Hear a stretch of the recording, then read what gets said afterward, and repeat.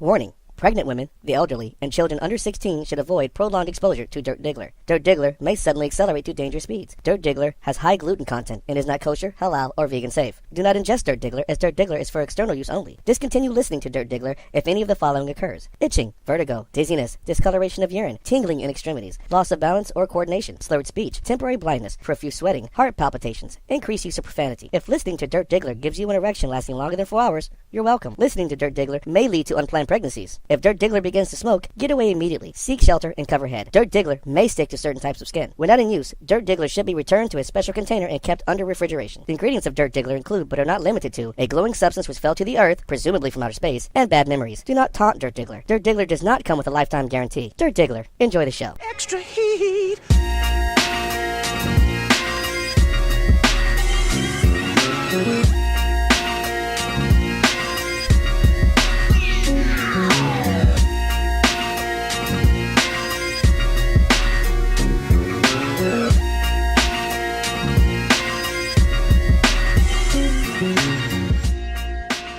All right, what's going on? It is the Dirt Diggler, the dirtiest Digglers That's ever right, Diggler bitch. for That's Dirt right, Could bitch. Diggler, and I got with me It's Kenny the Dork back in the house. the Dork, and we have a special guest today.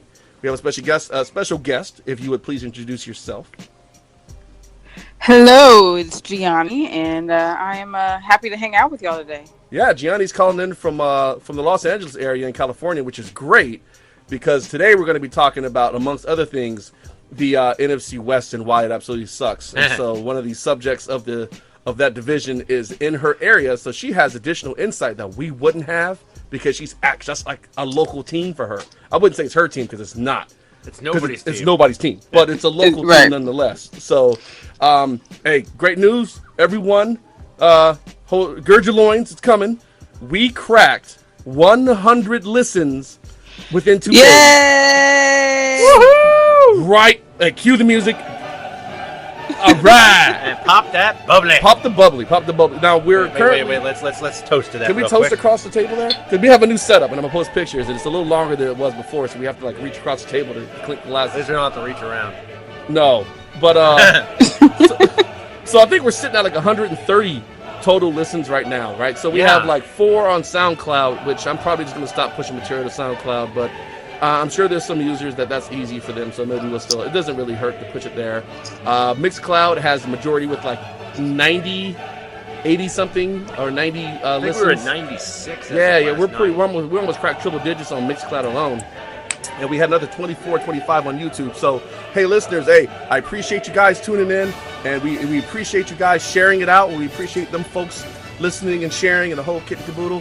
We have 93 on Mixcloud? 93 on Mixcloud. 93 on Mixcloud, and then we have Yeah. 25 on YouTube, and then we have another 4 on SoundCloud. So, That's 125. hey, dude, we're doing great. We're doing a great. lot better than when we started. We are, and we appreciate it. And of course, none of this happens without folks like Gianni listening and helping out and telling other folks about us. It doesn't happen without the folks that are actually listening right now and all those other folks. So always Yeah. great. Spread the word. Spread the word. We're trying to do the thing here. Spread that dirty, dorky. Hashtag spread the word. Yes.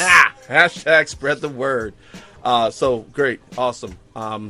Now, I always tell people, when I talk to them face to face, I'm like, hey, look, if you want to subscribe, that's great, right? So actually, at this point, we're trying to push all the traffic into YouTube. One, everybody has YouTube on their phones at home. Everyone has access to YouTube, right? So if you're a listener, it would help us a great deal if you actually click the subscribe button on the channel, right? The channel is, of course, Dirt Diggler's Shitty Sports Show, right? And you'll see spelled with a 1. Yeah, right. Well, no, not on YouTube. On Not on YouTube, I get to put the whole word up there. Oh, wow. Yeah, Right, YouTube doesn't give a fuck, dude. It's Oh, only there Facebook. it is, isn't it? Huh. Yeah, right. As you see the cool artwork that we put together and everything. But yeah, subscribe to us on YouTube, and if you have the Mixcloud app, subscribe or follow us there as well. All these things are helpful. These are very helpful things. Same thing with SoundCloud. Just follow us. It's not a big deal. Click the button, and all it happens is you get a notification whenever we push out content. But it means a lot to our metrics, and we're trying to build a show here, and that kind of stuff means a hell of a lot when you start talking to other people. So, hey, once again, we appreciate it. So let's get into the schedule today, Gianni and Dork. So Connecticut Open and U.S. Open. Gianni is going to lead a segment on that because she is awesome when it comes to tennis and a bunch of other stuff, but that is definitely her thing. Kenny and I are casual viewers. We acknowledge the awesomeness that is tennis. But and she is like knees deep in that. That's her life. So she does. So Gianni's going to lead that segment. We're going to talk about there's been recent movement in the NBA with the Celtics trade. Big, super big trade, and it's got some issues. We're going to talk about some warts. Yeah, it's got some warts on it. It's not a pretty trade. We mentioned it a couple weeks ago, and we failed to talk about it. The CTE study. We're going to actually talk about that today, and we may have some additional insight regarding that. That makes a difference, and we're also going to talk about the NFL brand and whether or not it's suffering, how it's suffering. What's the outcome's going to be. We're just going to talk about that a little bit. How the Eagles look, week 3 of the preseason. How the Patriots look. Week 3 of the preseason. There might have been a small development. There may have been some developments with that Patriots roster. We'll talk about that. Of course, we're going to do the Wire Division Sucks for the NFC West, which is always going to be fun because always fun. Oh, there's so much just. Well, there are so many Patriots Super Bowl victims in this division alone. You're 100% correct. I know I am, and that's the only thing that's going to get me through this. Right. And then we're going to roast one of the teams from that division. Hell yeah. And then we're going to discuss our beer/drink of the week. The reason I say beer/drink is because while Kenny and I are drinking beer in the afternoon on the East Coast, Gianni's on the West Coast, and like all other people, she doesn't necessarily start her morning off with beer, but there is a drink involved. And she's going to discuss her drink when the time comes.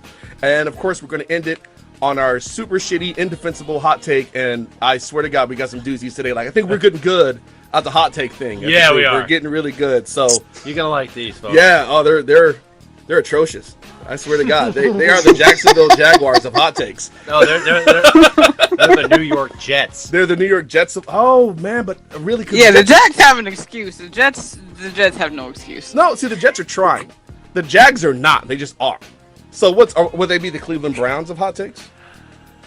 The Browns are trying to get good again. I don't know. Whatever. They're bad. They're really, really terrible. Degrees, shades, whatever. They're the Buffalo Bills. You can't be trying to be good if your mascot is still the Browns. You can't. What is their mascot anyway? What is their it's logo? The dog. Hold on. It's their the dog logo pound. is literally a picture of the helmet itself, which doesn't have a logo. I don't. Yeah, well, they just have the Browns helmet, hard hat on a bulldog. That's just what they wear to the stadium. That's their mascot. Is that their mascot now? They've adopted the dog pound dog as their mascot. I guess. Yeah, because the Browns. Does a dog pound dog? Does he even have a name? The dog? I forget. No, Jim Brown. That's the name. Fuck it. I don't know. Well, it's after the name comes from Paul Brown. Well, I get it. Yeah. I mean, the Paul Brown shitty football team. I get it. But they weren't always shitty back in our They were grandparents' never day. great though. Well, the great grandparents. They were great in the All-America football yes, conference in the 40s and 50s with Otto Graham at quarterback. Right. Sports history moment there, dork. Yeah, I will acknowledge at one point Cleveland was a bigger financial hub than New York was. Yes, it was. And that coincides with the Browns being good, but since Cleveland, it's been a long damn time. Yeah, I don't know if there's many survivors from that era that are fans. Just a few players. But my grandparents could have told me, but the last one passed away this year. Gianni, what you got? They probably do better if they let the Cavaliers play football. I'm just thinking that LeBron could probably throw better than their just drop your mic. Concur. Can we get some Cleveland Indians in there as well? No, they came within a couple of outs of winning the World Series. Yeah, we can get the Indians in there. They're better football players than the Browns are. Okay, they're better than the Browns. Yeah. And they're probably going to repeat as AL Central champions. We can probably dig up the corpse of Brad Daugherty and put him in there playing football, and they probably do better. We could probably dig up the corpse of Otto Graham and Luke Rosa. And they would play better than the current Browns. So, all right. So we're getting into tennis right now. All right. So the Connecticut Open is apparently one of the prelude matches to the U.S. Open, Gianni. Yes. So we've got some warm-up matches or warm-up tournaments that are happening. But the biggest news that I just found out about maybe 15, 20 minutes ago, Andy Murray is actually out. So that's pretty major. Oh, why is he out? Is it an injury? Yeah, he's been trying to recover from, I believe it's a hip injury, and he hasn't really played any of the warm-ups, and so he's kind of sort of been playing around with it, trying to get healed up in time, but so he's going to miss the U.S. Open? He's going to miss the U.S. Open, yes. Wow. So that's huge. Sucks. Yeah, that's gonna open up the field a little bit, but as far as the men, it's pretty much usually comes down to a few players. You got Fed, you got Nadal, you got Djokovic, just sort of depending on where his head is at, and then you've got Wawrinka. So there's some good kids that are coming up.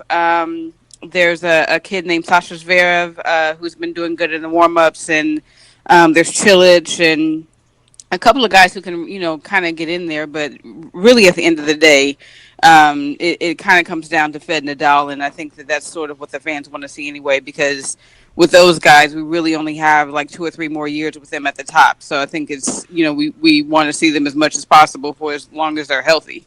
Yeah, I think one thing I've noticed is that like Federer's getting a little better with age. It's kind of turned it on of late. He's had a resurgence. I believe. He's developed a couple, I think his backhand, or there's another shot that he's kind of pulled out that he historically hasn't had that's helped him. But yeah.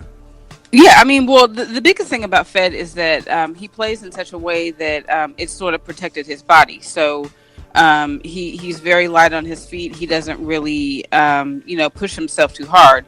Nadal, on the other hand, just grinds it out. So, that's why he's got his knee issues and all of that happening. But at the end of the day, it's the old school Agassi and Sampras. It's this sort of generations rivalry. Only this one is better because there's way more titles.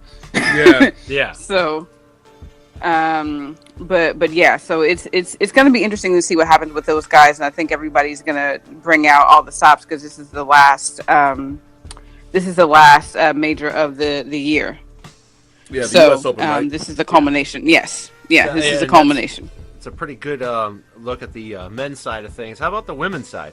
Yeah. Well, Serena's out, right? She's doing the pregnancy thing. That's apparently very involving, and according to my wife, it's very involving. Right. It's like it's a big deal. It's a you big have deal. experience in this. I've not directly. I was there. I synced it, but I didn't have to I did the runs. I did the support thing. I didn't have to bear the burden, so to speak. I was just there with some French fries. Hey, would you like a French fry? Of course, you want a French fry. Well, I mean, Serena already won. She already won a title pregnant. I feel like she can just, get out there and see how it goes. Seriously, how awesome do you have to be to win at the was it a major tournament? It's a major tournament. Yeah, she won the Australian Open. She won the Australian Open when she was pregnant. No, hold on. Now, Yeah. He wants to stop the game every 20 minutes for her to go pee, though. I mean, that's a thing, man. Well, they have set breaks. Okay. All right. That's right. There's that. Just bring a Porter John in, and Well, she could just run back to the locker room real quick during sets, and then come back. Seems really involving. You know what? She's good. She's a professional athlete. She knows how to manage that stuff. So, hey, with Connecticut Open, though, are there any... I mean, this is a workup, right? This is where all the young kids play, right? The younger comer-uppers, right? So are there any names that we need to be aware of with Connecticut Open that we should be cognizant of as maybe, making a name for themselves in the next few years? Yeah, I mean, Radwanska, I mean, she's sort of been in there, she's sort of been in there as far as giving Serena a little bit of a run for their money. But the thing about it is the women's field is really completely open. It really, we saw Venus have sort of a resurgence, and we saw Garbine Muguruza get in there and beat Venus. So it's completely wide open. It's anybody's guess. I mean, the French Open was won by a girl named Yelena Ostapenko, who 2 weeks before that nobody had any clue of who she was. Yeah. I'm sorry. Exactly. If you saw her on the street, you probably would have no idea who she was. Well, remember a couple of years ago when Clijsters upset Serena? Right. And, because her big thing was she was a little bit older, just had a child, and was returning, and she was in this great shape. And, if you passed Clijsters on the street, you wouldn't have imagined she was a world-class athlete, but that's how it is. Yeah. Yeah. And on a really, really sad note, Victoria Azarenka is actually going to be out. She pulled out because of a custody battle. So, it's just, man. Yeah, she's, and it's sad because it's like she is one of the only people that's really been able to challenge Serena. So she was sort of on her comeback tour, but because of this custody issue that she's going through, she decided to. Yeah. I mean, and how can you put your child over your career? You can't. So I mean, I mean, to interrupt. This is work. This is their job. So you're talking about a custody battle that interrupts work. That's pretty involving. I wouldn't wish that on anyone. That's pretty terrible.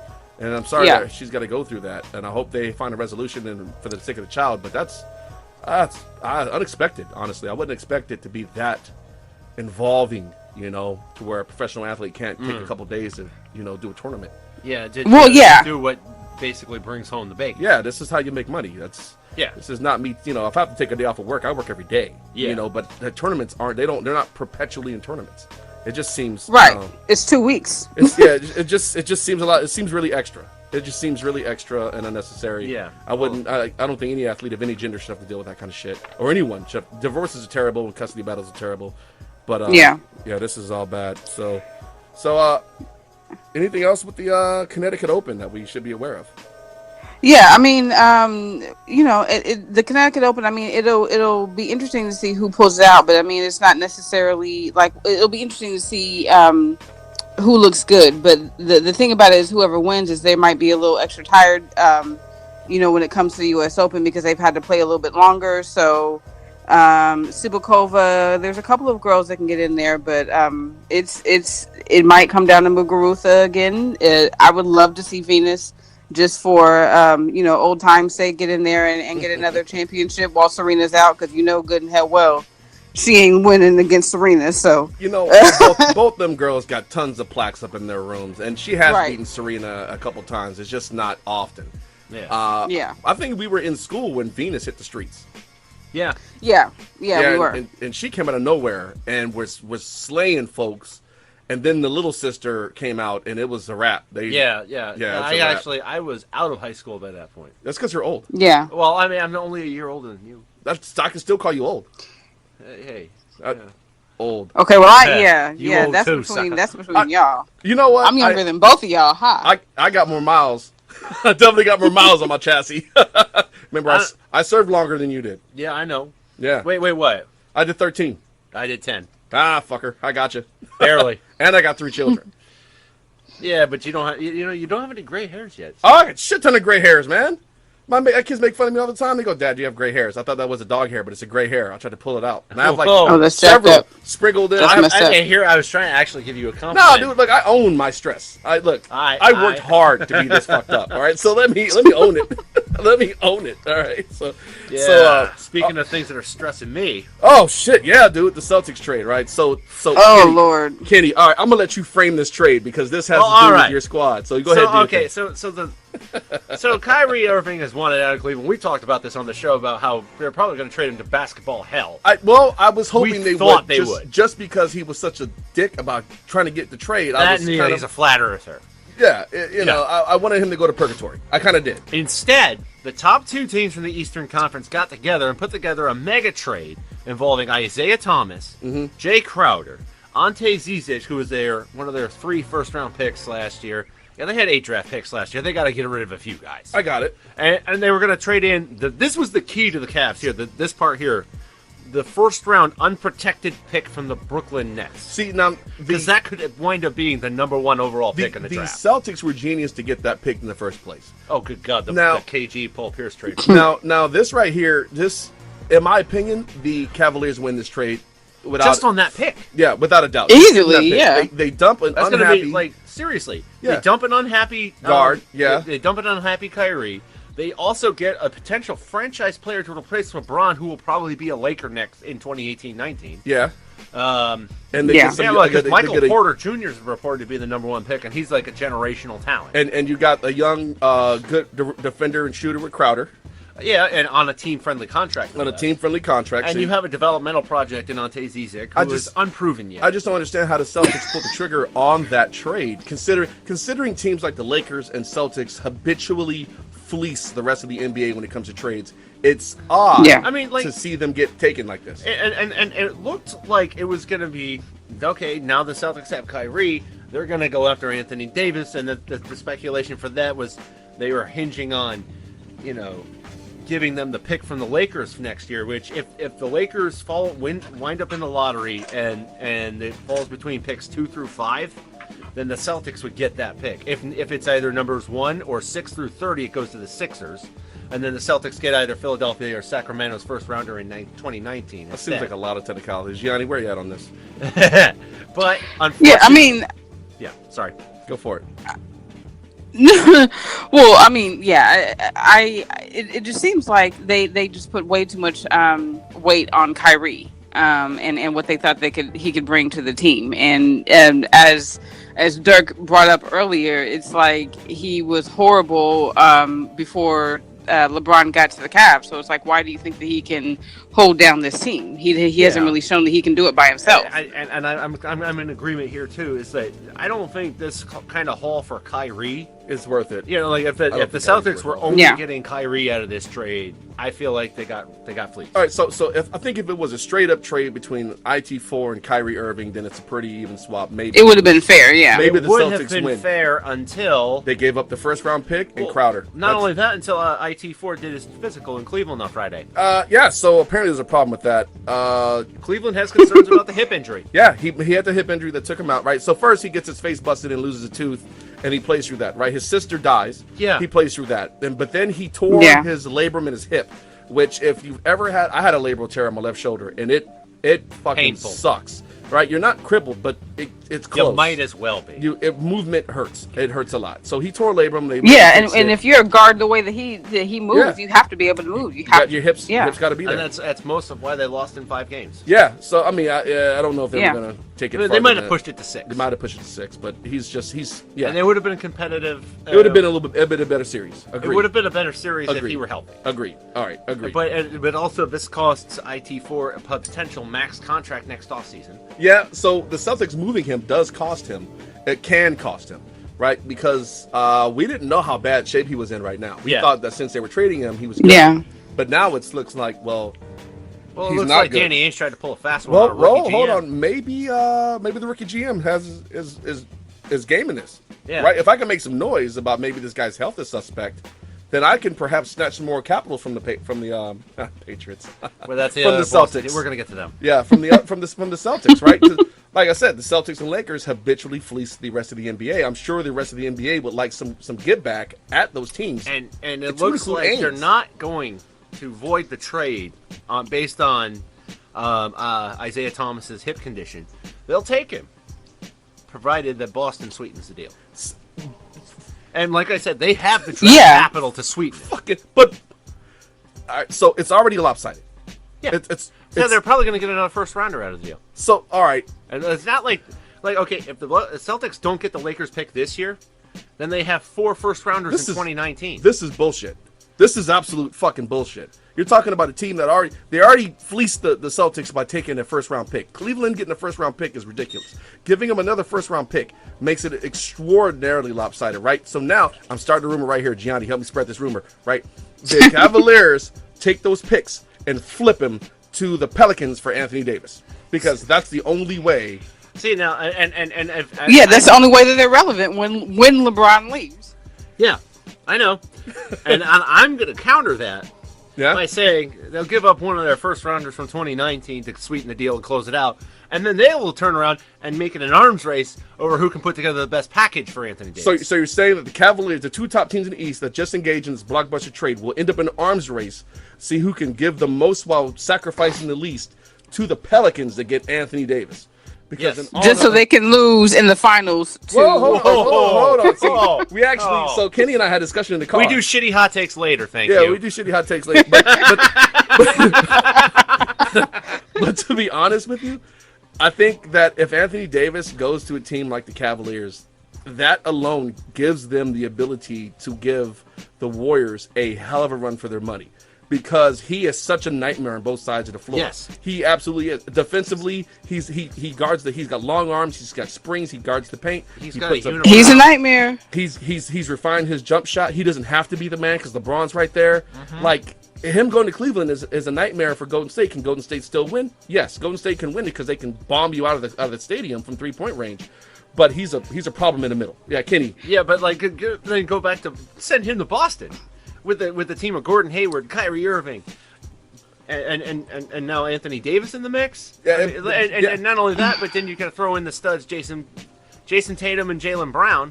Was that might be another thing that winds up completing this deal. All right, by the way. hold They on. want one of the young we studs. have an impartial listener with us today, right? With Gianni. Yeah. Gianni, how do you? Well, I where don't do know you see about him go? impartial because it's like, I've been a Laker fan since I was 5, so talking about Boston's relevance kind of makes me a little bit sick. Yeah. All right. It makes me a little bit nauseous. DLA. Oh yeah, that's a good rivalry. Yeah, but who won the last championship? Who won that last one? I'm just What's the count? What's the count? What's the series count between Boston and LA? What, in the finals? Yeah, who owns the actual? Historically, the Celtics own the Lakers. Like, it's 10-3. Oh, Most of those in the Yes. 50s and 60s. well, I'm talking about like let's go up and let's do the Bird Magic era. Oh, right, Bird that Magic transition. era. That transition, because that's when it really becomes real for me. 'Cause that's Yeah, I- 2-1 I- Magic. If you're going to go back to when it didn't let 2-1. black folks play, I'm not counting any of those championships. Yeah, it's 2-1 Bird. 2-1 Magic. 2-1 Right, Magic, that really doesn't count. Yeah. So and then the Kobe Lakers, it's 1-1. okay, so it's pretty Yes. It's pretty even then. Yeah. Yeah. I mean, In our lifetimes, it's fairly easy. as far as championships are concerned, which Yeah. don't fall to trees for most teams, but Yeah, well, and in the 80s, the Celtics and Lakers accounted for 8 of the 10 titles. that was a dominant fucking era. That was some good football back then. Basketball. Yeah. Sorry. Might as well have been football. Building and Beer was out there. Might as well have been football. It was combat basketball. Full contact combat basketball. Bring your, 1980. Yeah, there was Game a four lot of of the bows thrown. Yeah, you had the Pistons. They were killing folks. Yeah. Oh my, yeah, Crazy. Yeah. Physicality was crazy. It was good to watch, but I guess short careers. So yeah, I can understand and appreciate why Gianni does not want to talk positively about the Celtics. Well, see, I'm a Sixers fan, right? And Yes. I do recall that we did own the Lakers back in the day with Dr. J played. I remember a Kareem somewhat in his prime. Yes. And a Magic Johnson getting embarrassed in 4 games playing that All-Star Philadelphia hey, team. that's something we got. We both. Yeah, beat I'm the sorry. Lakers. Hold on, but I I'm also sorry, but wait a remember- minute. Hold on. What happened when Allen Iverson came to LA? Well, Allen Allen Iverson managed to win a game all by himself because it was seriously He- Allen one Iverson game. and 4 other motherfuckers from the gym. Look. Yeah. Look. Can you tell me how many finals Shaquille has lost since that first one? That's it. Ooh. Every many team. games? No. Yeah. No. He's only Series. lost that one series when he was in Orlando. If Shaq was in your team, which other one? 04. Yes. Okay. No. 2. Oh yeah. 04, Oh yeah, because Detroit. Yeah, when they yeah, lost but to they Detroit. lost to the Pistons in 5. Oh my God. So when you have Yeah. Shaq in your team, the chances of winning a championship is pretty high. Yeah, it didn't work out that way for the 11. Yeah, I mean, then you have Shaq and Kobe. You know Yeah. that the Shaq and Kobe thing. That was Yeah. a very entertaining beef. Oh, good lord. Shaq It was. laughing after the Celtics was. beat the Lakers in Oh, 08. my God. And, like, hey, Kobe, how's my ass taste? Oh God, That was see, so it's great. like Shaq's the most dominant. Yeah, big but man then who ever got played. traded after that? I mean, and Yeah, Shaq well, had no relevance. Shaq wasn't pretty even much with after. the Lakers at that point. Well, And I hold on. loved Kobe's response to it, too. It's Didn't- like, I could give 2 shits No, about because Shaq. Shaq went to Miami and won a championship with Yeah. Dwayne Wade. Yeah, Yeah, but Dwayne Wade won that. Dwayne Wade won that championship. Yeah, Yeah, Please. he was still there though. he was Dwayne Wade won that. Well, He was Shaq- there, No, but Shaq barely. Shaq would still put up 20-something points. Yeah, he was like- still a beast. Yeah, he was still a thing. Yeah. Like Shaq's still a thing. He was still a thing. He Yeah. was a thing. So- He was a thing until he hung it up. Because Yeah. right now, if a player like him came in the league right now, there is really no one that's going to stop him. Especially with the way that the game is being called with the fouls. Yeah, Literally, I mean, they threw bodies at him back in the day. hack a Shaq. You wouldn't have enough bodies. They're calling fouls for dumb shit now. He would be a nightmare in the paint. If Absolutely. he was a free Yeah, no. shooter, ugh. Yeah. He's a once in a generation player by Yeah. far. I mean, Oh, yeah. there is Oh, yeah. nobody. Yeah, still. I remember when But- UConn beat him in college. Baby shit. Yeah, and Anyway, then but the that's next 'cause year he had he a terrible completely team. broke the backboard. Yeah. He broke the Yeah. backboard a couple times. Yeah, he did. So yeah, I'm calling Anthony Davis to the Cavaliers. Let's see it and happen. I'm countering it with Anthony Davis to the Celtics. And Gianni hates the Celtics, so I guess you're hoping the Cavaliers get him. Yeah, that would be great. That'd be awesome. You're supposed to chime in and be like, I want the Lakers, man. Nah, Lakers are a dumpster fire right now. They got a couple years to they're rebuild. saving their money for Paul Yeah. George and LeBron. You know, LeBron's coming anyway, and so is Paul George. When that Yeah. happens, then yeah, there'll be something. Yeah. The Lakers are worse than when they had Nick Van Exel and like Eddie Jones. I mean, it's Cedric like Ceballos. it's bad. Cedric It's Ceballos. Remember him? Like Smush Parker could come back and be a star, dude. Parker. Man, I'd rather have Swaggy P. Swaggy. Well, where's he at? He got traded. Nick. I don't know. Nick Iggy Young. Azalea buried him someplace, I'm sure. I'm sure. Just probably the same place she buried her career. Oh, too man. soon? Well, then there's that. Too soon? Man, we're just piling up the Well, this is what we do trash. here on the Dirk Diggler Shitty Sports Show, man. That's how we roll. That's how we roll. So, all right, let's get into something a little serious here. CTE, right? So, about a month ago, right, CTE study came out, and it was pretty damning, right? So, out of the 200 brains that were studied that were like former players, like every last one of them except for one had signs of CTE, right? The thing about the CTE is it can only be discovered post-mortem, right? They have to take the brain out, do a bunch of shit to it, and then they can say, yes, this guy had CTE. So what's interesting is the percentage of people at the NFL level, like every NFL level player had CTE except for one. And as far as the brains that were studied, and I have to frame it as that the brains that were studied donate the brain, Right. Post-mortem. Right. You have to willingly donate the brain for this work to be done. They're not just taking every player who ever played and doing this kind of work on. Tragically, that's why Dave Duerson shot himself in the chest as opposed to the head. Right. So same thing with Junior Right, Seau. Junior Seau too. Junior Right, Seau. and Rashawn Salam, I believe, did the same thing. It was several guys. They wanted to prove a point that that the game did this to them. Yes. So here's and it's pretty damning, but it's when you step back away from the CTE study and you frame it. All right. So where the brains came from players who were probably experiencing problems, or their family saw they were having problems, right? And they wanted closure. They wanted to know why. They wanted to prove that this was done by football, right? If this was a wholesale study to where they were just like grabbing players' brains as they died, regardless of whether or not they have problems, then it'd be a lot different, right? Because right now that would kind of act as a control.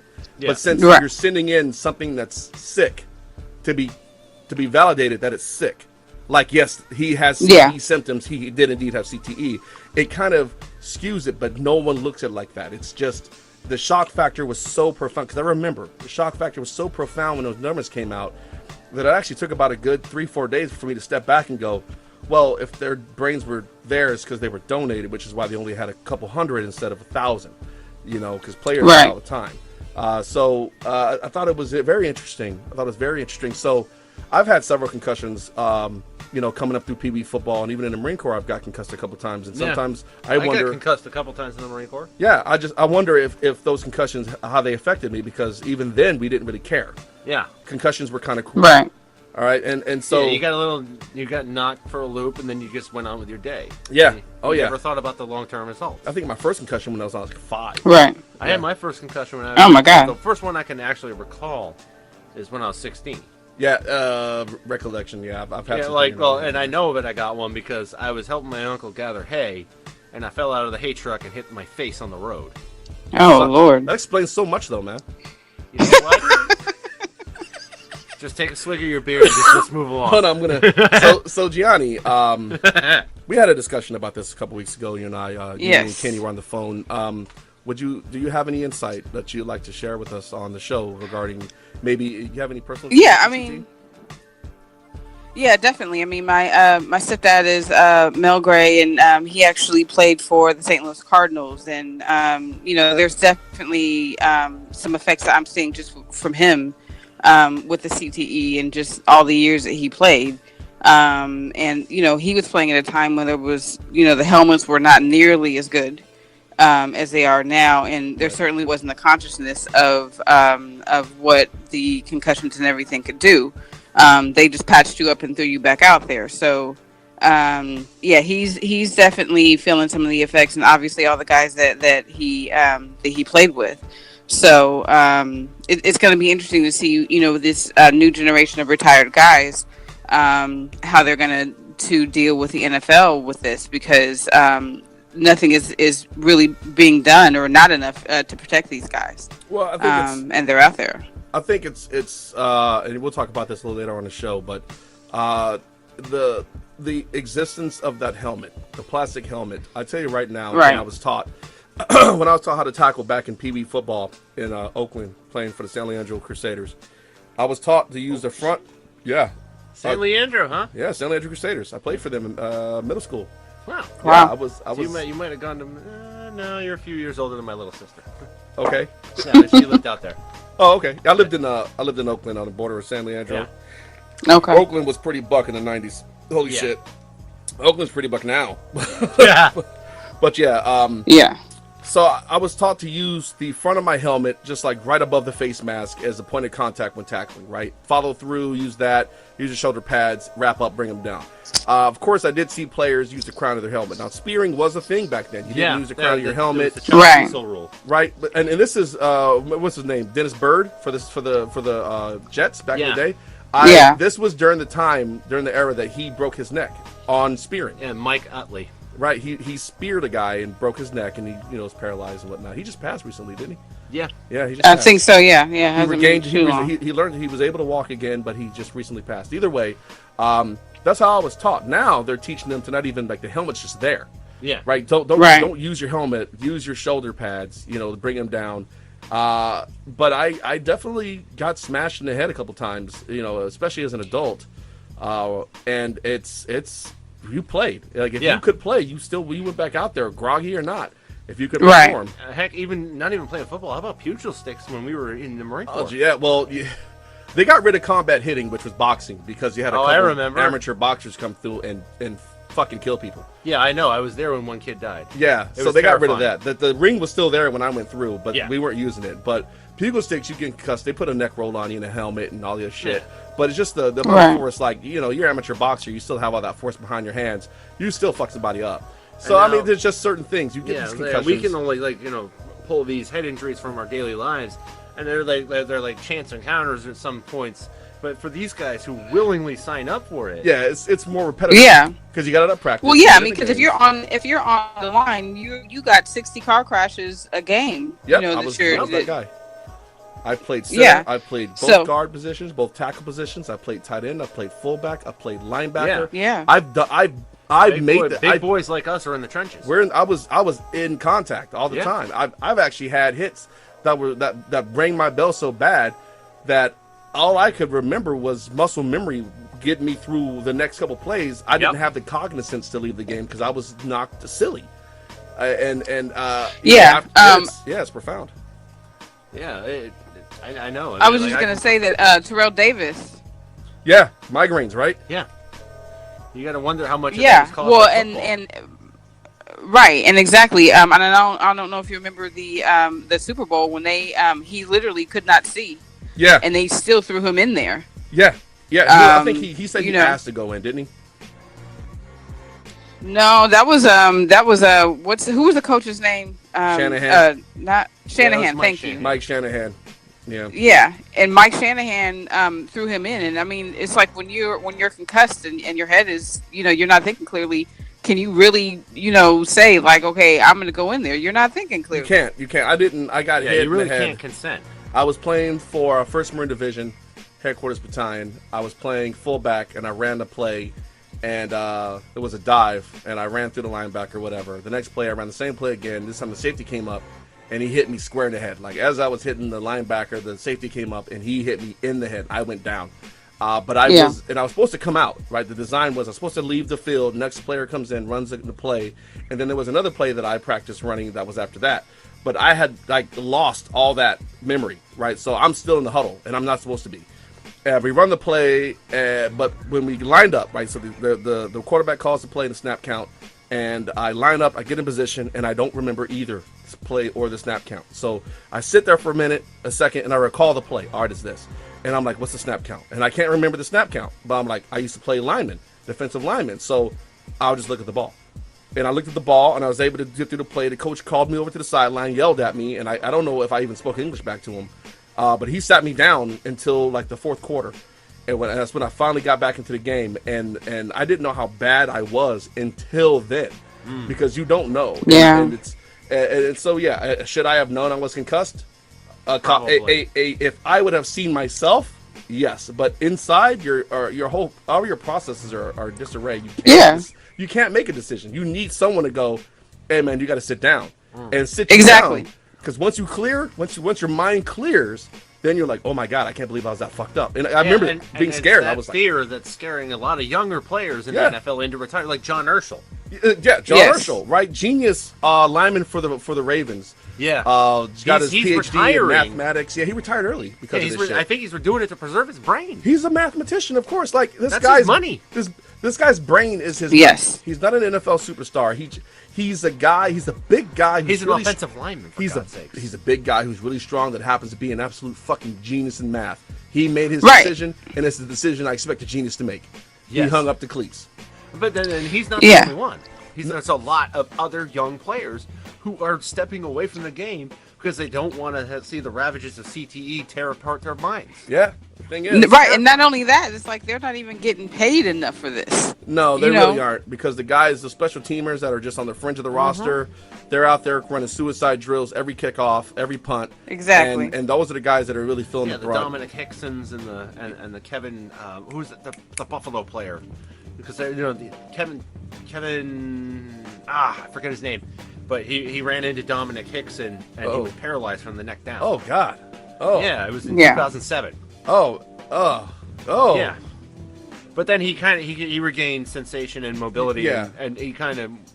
I've had my reset button hit in the game, and it's the most frightening shit because they're totally cognizant that you're coming. But the special teamers are the ones, especially, right. who will be subject to the most of this. Right, linemen take the pounding, play in and play out, but they're not running full speed before they hit somebody. Right. Exactly. There was a guy, and I can't even think of, it was a Steelers player who said that he got hit so hard he thought he died. I mean, like, he literally was on the field and thought he was, like, dead. Yeah, well, like I said, your whole mental processes go out the window once you're concussed. It's fucking crazy. And it just leads to the debate of, now that the ratings are down, I mean, is the CTE study part of the reason why that is? Oh yeah, I would think it's a major part of it, because it's like people are now rethinking putting their kids in football, and that's somebody's son out there, that's somebody's brother. Like, I remember watching my brother play for TCU, and every time he got hit, it was just like, I'm holding my breath. Well, the NFL responded to the CTE study with all the grace the NFL has by cutting the $18 million of promised funding to the National Institute of Health. Why they did that, right? Well, look, it's a bad look. It's a bad look for the NFL because it wasn't being spent in the way they wanted it to be spent. Yes, they right. It's the NFL's thing is that they're trying to control the narrative, but they can't. And they can't right now. And they, by cutting the funding, it makes it even worse, because now it's like, well, when these guys take you back to court, because they're gonna say, well, these guys are suppressing the fucking evidence because look what they're doing.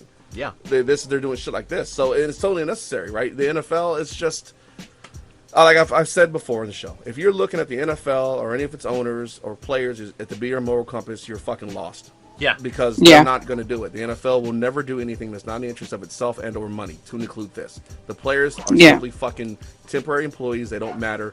Owners pass their team onto the children. I guess the little dog is barking in the background because I guess there's a bird somewhere. He's so fucking stupid. No, he wants to be in the show. He wants to be on the show too. He's trying to get in. He's trying to get his say. Maybe he does have something to say about CTE. Maybe you should call him down. But, he might. Yeah. You should talk to him. So Gianni, we had conversations a little earlier before the show, and you mentioned that the NFL brand seems to be suffering quite a bit. You want to expound on what you were saying about that?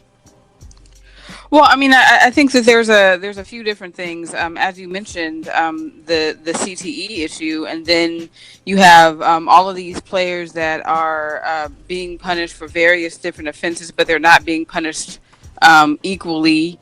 Ben Roethlisberger is somehow still playing, but Colin Kaepernick doesn't have a job. It's just there's no equity in the way that they're for the conduct. There's no equity for that, and then on top of it, you have all these players that are kneeling now in support of Kaepernick, and the social justice issues that have been happening. So there's a crisis in their brand, and they've got to find a way to get back to the middle. Well, I'm gonna say what Kenny's gonna say anyway. Cadell's the problem here. Yeah. And the problem with Goodell is he's making a shit ton of money for the owners, right? Yeah, so, and as long as he is making that shit ton of money for the owners, they he's will not keep going him around, anywhere. right? The integrity of the brand. Yeah. The owners won't change unless they see a loss in revenue. Exactly. Right. So And we might get that with we the might strike. actually get that with this, well, not just with the strike. I think folks are losing interest in football anyway. Right. It product- doesn't print money the way it used to. No, the product isn't as good as it used to be. You have, like, one team that is truly dominant with no one really close, right? With Right. the Patriots, it's you have the lack of equity and punishments. You know, it's happening to everybody on their teams. Folks are getting disenfranchised. CTE thing, and then you have those that are really upset about the Kaepernick kneeling, and then the other players kneeling. You have all these different, you know, they're stirring together. They're confluence of Conflating. yes, There's a Yeah. confluence of factors. of factors that are causing this Right. brand to suffer, this invincible NFL brand. But I just think it's gotten too big for its own good. Yeah, and I mean, well, I think it's like at the end of the day, it's just very, very clear that, as you said, the NFL does not care about their players. The owners care more about the $250 a year that they each get for each team than they do about the players that they're putting on the field. But yet, you want to dictate how they conduct themselves, but you don't care about putting somebody's child out there to possibly die. Yep, You you're more know, concerned so- about whether Cam Newton has tattoos or what kind Exactly. of pants he wears, instead of the fact that this guy played almost an entire season with his shoulder totally fucked up, taking headshots from opposing defenses. I never heard Jerry Right. Richardson say shit about Cam Newton about the Denver Broncos to rip his head off. Like, if there was Right. a time to say something, that's the time. Yeah, But get then out there again- and protect your quarterback. Then again, the guy who built the statue of himself in front of his stadium, I don't really Right. expect him to do things that aren't in his direct self-interest. So he's a Yeah. piece of shit. And I just think that we're sort of in a time right now where people are just really starting to think about, you know, the way people are being treated. Yeah. And you know, you can't have it both ways. You can't say, you know, I'm going to control the way you conduct yourselves, but I don't really care about putting you out there, you know, to get your head knocked off. And on top of it, I don't care about putting the best product out on the field.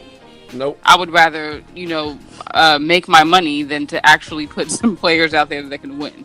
That's what I'm it's going to about, hire though. Jay Cutler. I mean, why don't you bring 6 Brett and Favre 10.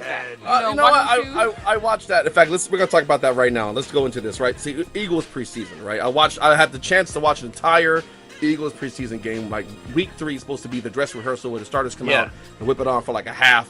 And we got like 4 series out of the starters in Philadelphia, and about 4 or 5 out of the starters from the Dolphins. They played in Philly. And I'm not gonna lie, Jay Cutler looked sharp. At the same time, Jay Cutler looked like Jay Cutler because the Eagles were getting Right. him. So what I'm going to say is this: if those teams in the AFC East can get after Jay Cutler, they can force him to do Jay Cutler shit.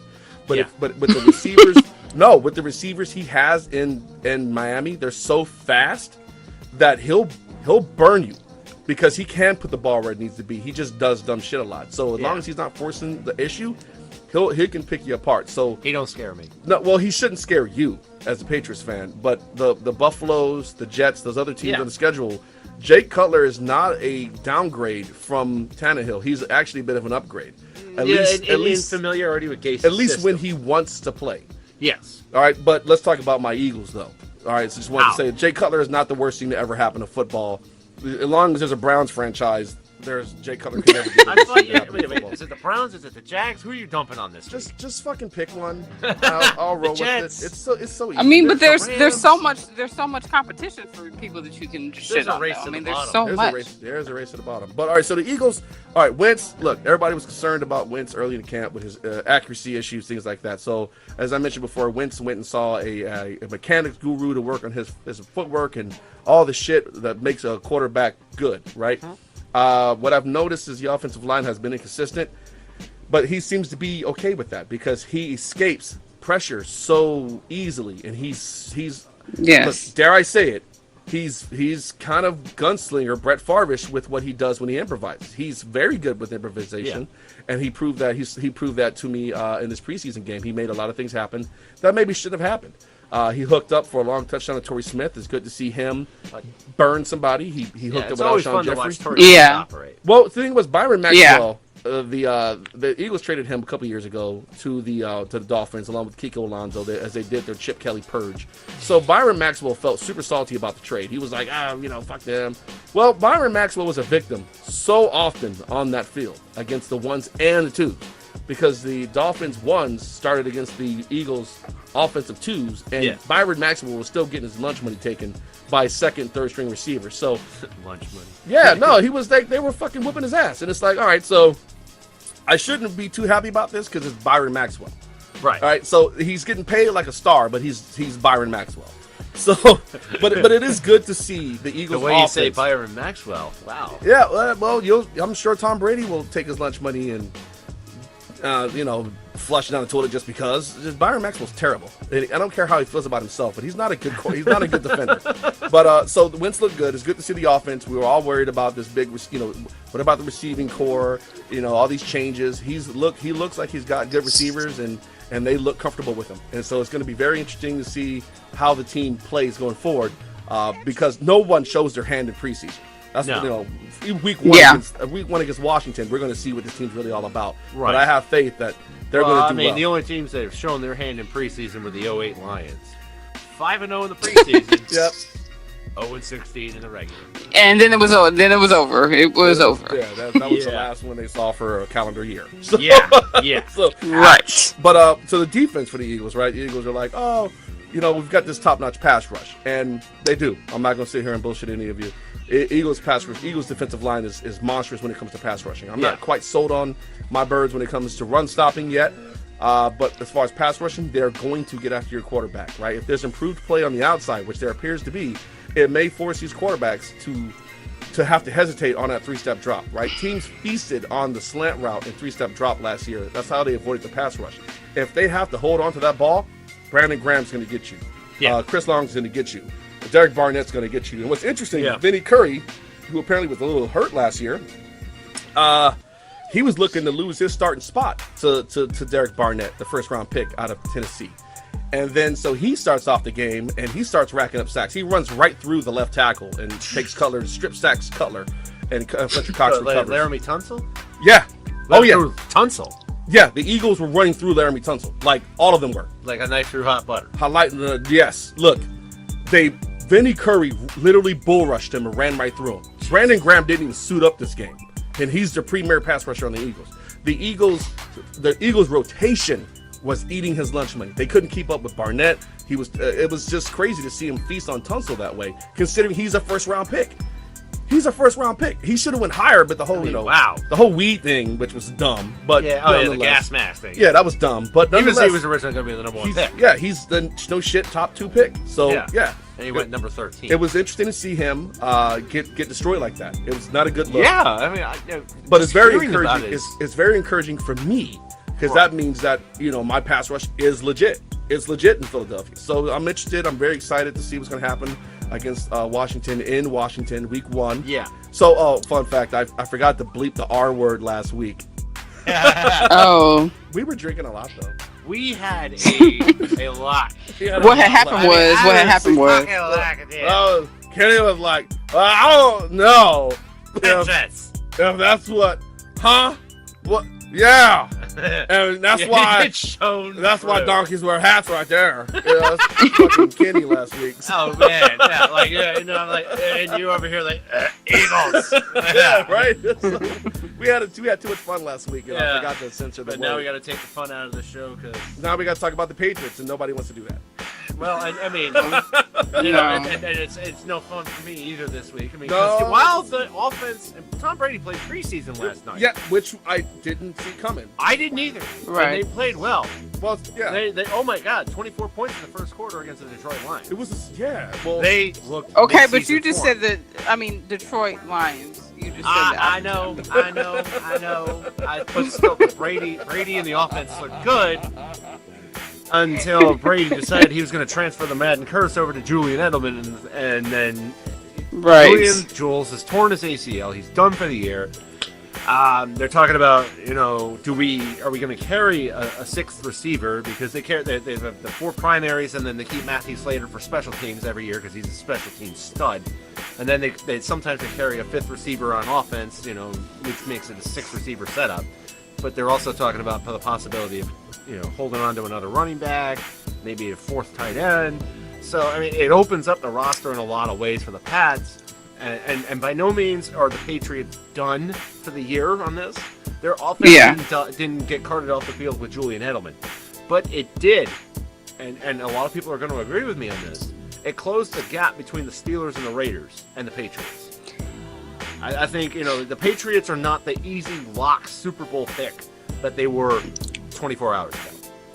No, but here's the thing about the Patriots. They usually are very, very smart and very, very good at finding replacements when somebody big They're goes very down. Resilient. I mean, they won a Super Bowl without Gronkowski last year. Because they had Edelman. Yeah, which is major. Yeah. Yeah, but they also have Martellus Bennett. So yeah, the loss of Edelman is huge. Right? It is. I'm not going to downplay it. That is Tom Brady's security point. Amendola and Hogan and all these guys are able to feast because of the nightmare that is Julian Edelman. And he runs great routes. He is a precision route runner. He is fast and squirrely, and he gets you 100 catches a year, 1,000 yards plus per season. He's a monster in space. Right. He's a space guy. He is to the Patriots now what Wes Welker was about 5 years ago. I want to say that he's more. I want to say he's better than Welker because Welker's not going to break tackles like Edelman. No. Welker was good. Edelman seems to have a certain thing about him. He's aggressive and he's a shit. I don't want to compare him to the great Steve Smith. But if I was to say that there was a player that had a similar mindset to Steve Smith, dude, he got his bell rung in the Super Bowl a couple of years ago, and he just kept going. Yeah, look, I got been out of the game on the construction protocol. I gotta give Edelman his respect. He is a tough son of a. So when you lose that element of your team, it's a blow. Now you're right. The Patriots are good at finding replacements. Right? They adjust on the fly. They adjust on the fly well. Yeah.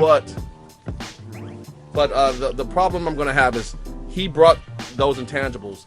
Gronk's body is failing. You can't lean on him the way you wanted to. Well, they did definitely not. Dwayne Allen. You needed Edelman so that Gronk could survive. I disagree. I'm not a fan. I'm actually being quite impartial on this. I understand. If you try to lean on Gronk, you're going to break him again. I don't think they're going to lean on Gronk. We'll see. I just don't know who's going to provide that underneath, because the underneath shit is where Brady made his money, and that's where we might find a new star too. Well, Austin Carr and Devin Lucian get a big chance to step up. I tell you, it's not going to be Hogan or Amendola. No, Amendola will shatter if you put him into those patterns. No, I know. Amendola's a shatter machine. Okay, he gets broken. Chris Hogan might. Chris Hogan's a vertical guy. He's like this weird. I don't think. But he gelled great with Brady. No, he did. I just don't see him doing the dirty work that Edelman did.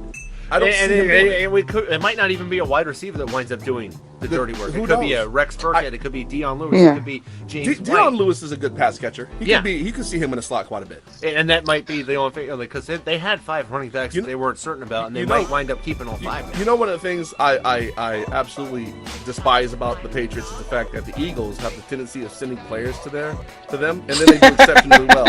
A lot of teams hate that. They take their castaways and they make them gods. Because they weren't bad. They just, like, Eric Rowe got traded for like a 4th round pick or some dumb shit. 7th, and I'm like, why did we trade this guy? And he's gonna do well. And yet all season long last year, I was complaining about Eric Rowe because it seemed like every time the Patriots gave up a big play, who's there? Eric Rowe. When they got a penalty? Who's there? Eric Rowe. Oh my God! But he was a solid coverage corner. Did you see our defensive backfield last year? I know. You totally could have used Eric Rowe. We needed Eric Rowe, but he's a. What is he, a press guy? We ran a lot of zone for some. It's a mess. But he fit right in though. Same thing with Dion Lewis was an Eagle. There was just no room for him with who do we have? Shady McCoy. There's just no room for him. Yeah. So we had to give him up, and the Patriots managed to get him after he bounced around a couple times, and he's doing quite well. Yeah, well, I mean, after the torn ACL. Yeah, I mean, you come back from it. He was on his way to something really special in 2015 until that happened. It's good to see players do well. I just wish that they would do well on the Eagles, and and the Eagles alone, not go to New England. Yeah, I got you.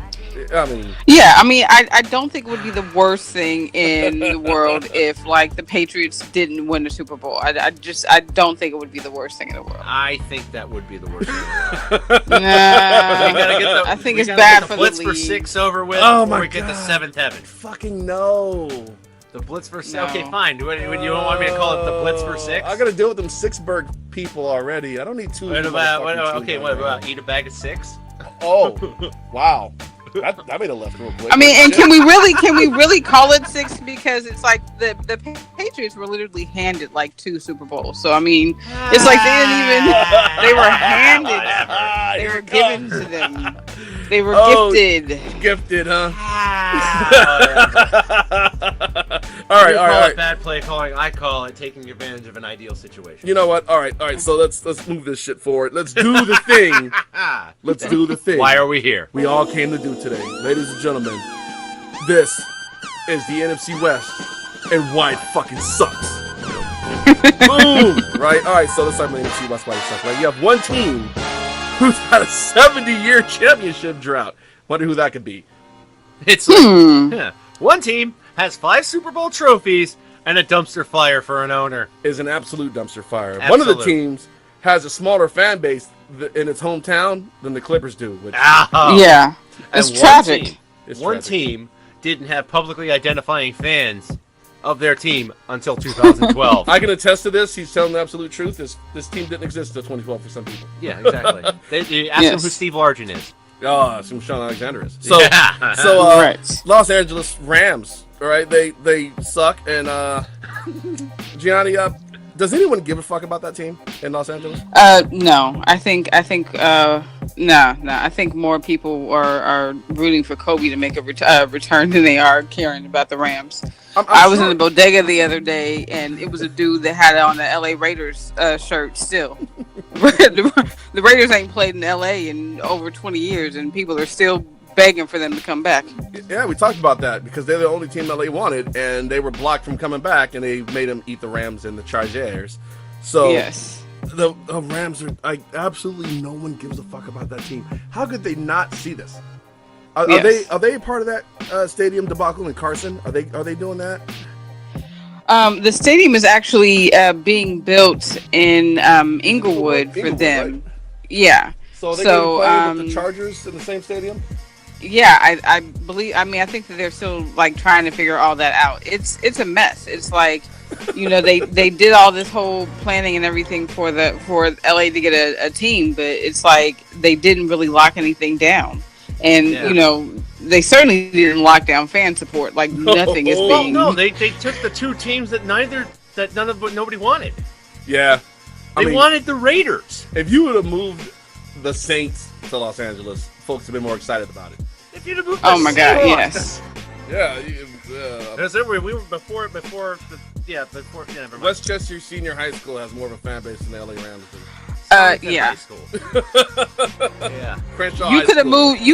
You could move the Browns to LA. No, seriously, because the Browns are so bad. It's like I want to see this dumpster fire in person, I know. Yeah. right? But maybe a change. It's like a of train scenery. wreck. You can't. You're horrified, but you can't look away. So if the Browns go to LA, if the Browns were to move to LA instead of the Rams, what's Cleveland's do to keep that fucking history still? I would just let it go at that point. Yeah. Well, I mean, Just no, like- you send Yeah. the Rams to Cleveland because that's where the Rams started. Oh shit! Oh, that's No, right. they started in Anaheim. No, what? Nope. Cleveland. Holy shit! They moved there. Oh my God! See, I just learned something today, ladies and gentlemen. I just learned Yeah. something. See, I can learn. I promise. I am here to teach you. So another reason why your team sucks is Jared Goff is still your quarterback. Which, Wow. yeah, if you Right. if you witnessed any of last year, for one, I'm I sorry. mean, he but- needs to take a humongous leap forward to be justifying that number 1 overall pick. Well, it's not his fault they picked him number 1, Oh, I know. Yeah. but it is Not, their fault they but, didn't I pick mean- Wentz. Well, no, and not only that, but it's the same thing that happened to Mitch Trubisky this year. You have a good combine, you get overhyped, and then everybody's in an arms race to get you. The difference is this: Mitch Trubisky has looked somewhat decent in the preseason, to where Yeah, Jared but- Goff has never looked good. Oh, I know, in the but NFL. it's just Never. it's the same hype machine. It's the same hot machine, but this is what we do: Johnny Manziel, Johnny Football. Woo! Yeah. Yeah, That worked out pretty good, yeah. we'll get to him in a minute. Right. Because, yeah, seriously. So Lamar Odom gets more play in fucking LA than the Rams do at this point. I mean, Yeah. I mean, Lamar Odom, Andrew Michael- Bynum. Andrew I mean, you could take the Clippers and put them on the football field, and I think that Donald maybe Sterling people might gets more care. attention. Exactly. Sabalas, Nick Van Exel, Yeah. the ghost of Chick Hearns, Eddie Jones. Eddie Jones. Oh my God! Michael Thomas. Oh my God. Smush Parker. Smush Parker. I mean, Who was that dude with the fucked up head? He always kept his head shaped, but he had a lumpy ass head. Peeler, Anthony Peeler. oh my God, I think Iverson like totally broke like, his lower half of his body when he crossed over back in the day. Like this guy ran like a good 10-foot circle while Iverson just looked at him and fired up a three. Like, it was gorgeous. Like they care more about Mike Trout than they do the Rams. Oh, Mike Trout's pretty cool though. He is pretty good. Mike Trout's pretty cool though. He is dope to watch. Yeah, He is awesome. So, your head coach in LA is like 13 years old, and all he uses the Ask Madden feature of play calling to run his offense. And he's got a How to Football for Dummies book in his fucking clipboard. I think you're being a little harsh on this guy. We haven't seen him in the regular season yet. I haven't seen him pay taxes yet. He's fucking 13. What he needs is the Bible app because he's got to put his hand on the Bible to just get some prayers up there because it's the only way that they're going to be any relevant whatsoever. Dude, I mean, if they go 4-12, the season's a victory for them. Pretty much. And all four of those wins will come inside the division because the rest of the division is terrible as well. And speaking of the rest of their division, Yeah, San Francisco. Oh my God. You know why they suck? Jed York. You know why they suck again? Seriously, Jed York. Have you not Well, seen and not this only guy? that, I mean, it's like, let's face it. How did this team get to Jed York? Like, you remember the dynasty years of the Eddie DeBartolo. Yeah. And then what happened? He got into some legal trouble. He had to transfer it over to his sister Denise, and then her husband really took over. And then, as a family, they decided, you know what, Jed, you've been a really good boy this year, and for Christmas, we're going to give you a professional football franchise. How old is Jed York? Slightly older than the Rams head coach. Well, that means he's going to live forever. So, Niners fans, hope You poor bastards. you're going to deal with this guy forever. Yeah, Jed York, and not only that, hello, you don't fire owners. Hey, Marge Schott and Donald Sterling would like a word. Yeah, I would love to see that asshat get fired. He's a piece of shit. Yeah, God. no, owners do get fired.